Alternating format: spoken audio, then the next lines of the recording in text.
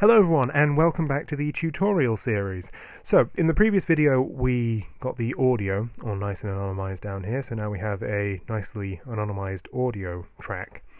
But we also have to think about the visual here, because obviously if you've just anonymized the audio track, it's not really going to be much of an anonymization. And certainly I can see cases where you would anonymize just the video, but I can't see many cases where you would anonymize just the audio.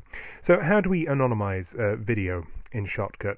Well, as with the audio, there are really two layers to it. There's a basic form of anonymization that you can apply to a whole video track just to disguise the identities of the people in the track, and then there's a more precise form of anonymization where you can anonymize a part of the image.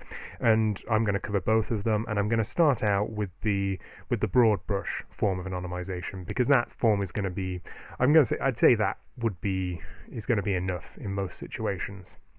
And much as with the audio anonymization, there is something of a standard here within the CA community. It's developed over the last few years, I've noticed. People have moved towards the use of what's called, in Shotcut at least, a sketch filter.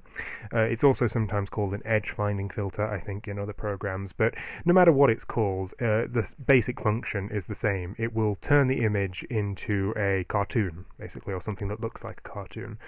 Think the Take On Me music video, if you've ever seen that sort of image, and thereby disguise the identities of the people in the video. So how do we apply a sketch filter, as it's called in Shotcut? Well, as you can imagine, we use a filter. So up here at the top we have filters, but before we go to filters, very, very important, you'll notice here that this box master is outlined in red, and I touched upon this in the previous video, but I'll just touch upon it again here. It's important to note that in Shotcut, wherever is outlined in red is what you're going to be applying your filter to. So it's important to make sure that you've outlined in red what you want to be filtering, if you like. So I'm going to click on this, left click on this.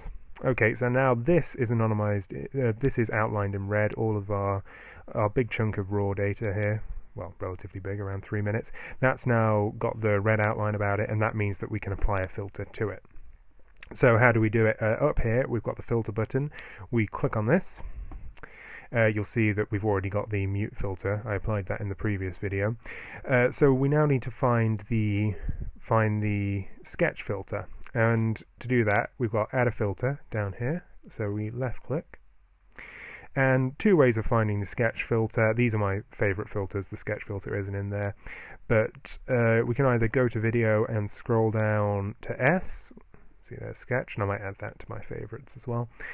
But a much simpler way, of course, is just to use the search box up here. So we type in sketch, and there it is. And we click on sketch, left click on sketch, and there we go. All of this is now anonymized, has now had the sketch filter applied to it. Fantastic.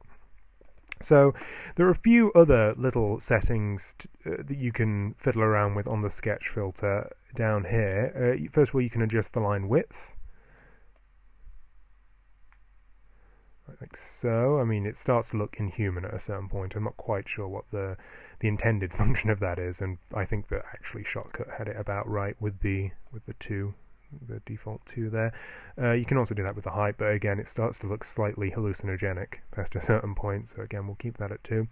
You can also boost the contrast, which might help to, if you wanted to do a little bit of extra, went too far down there, if you want to do a little bit of extra anonymization, it might help to just darken it a little bit, but again, yeah, I think that the default there is fine. And this one is quite interesting. You can actually bring color back into the image, because of course as a standard, Shotcut will apply this, when it applies the sketch filter it will do so in black and white, but actually you can bring the color back into it.